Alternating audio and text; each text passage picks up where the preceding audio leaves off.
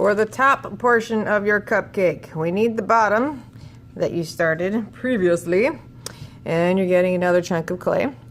This time it doesn't have to be a perfect, beautiful little ball. You are going to rip off part of this ball and set it to the side. Whatever you rip off is what we're using as the embellishments on top of your icing. So this will be turned into icing. This will be turned into the cupcake topper or sprinkles or whatever it is that you're going to have. We need to take that ball and we're going to squeeze it into a fat caterpillar. And then we're going to roll it. You start with your hands together and then apart. If it's too difficult to do this on the cloth, then you can do it on the table directly. So hands together and apart. And make sure you're pressing a little bit when you do this. If part of it gets fatter than the other end, I need to roll the fat part a little more. So we're making a very long coil. As always, we're using our fingers to measure thickness. We don't want it fatter than your thumb. It's about the size of my thumb. It can get a little smaller as it gets towards the top. Don't make it skinnier than your pinky. So now we have this very long coil, and we have the bottom of your project. I'm going to start out rolling it on the lid, and then as it goes up, and see I pushed down a little bit because there's a slight gap there. As it goes up, it's going to curl in tighter.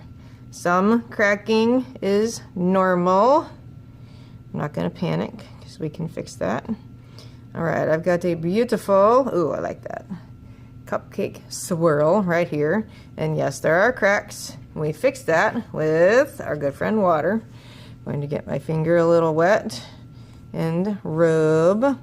If you have any really big cracks, those need to be fixed with a dry finger first.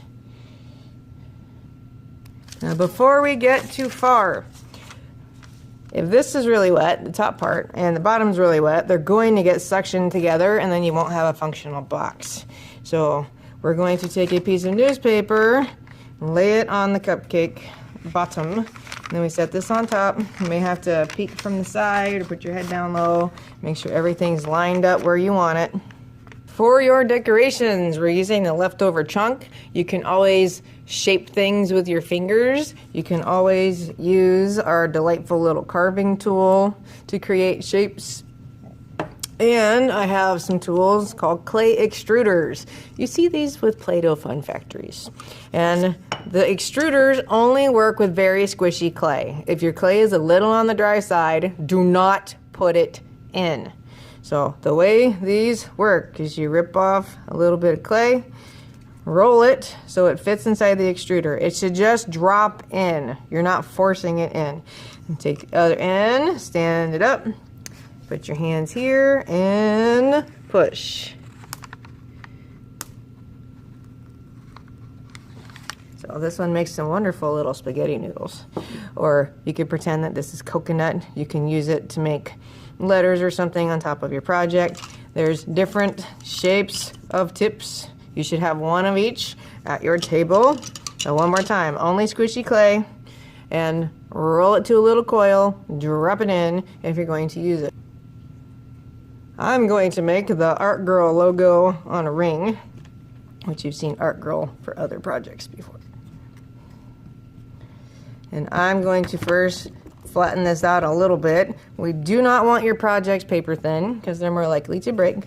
And I can use the carving tool to draw this shape.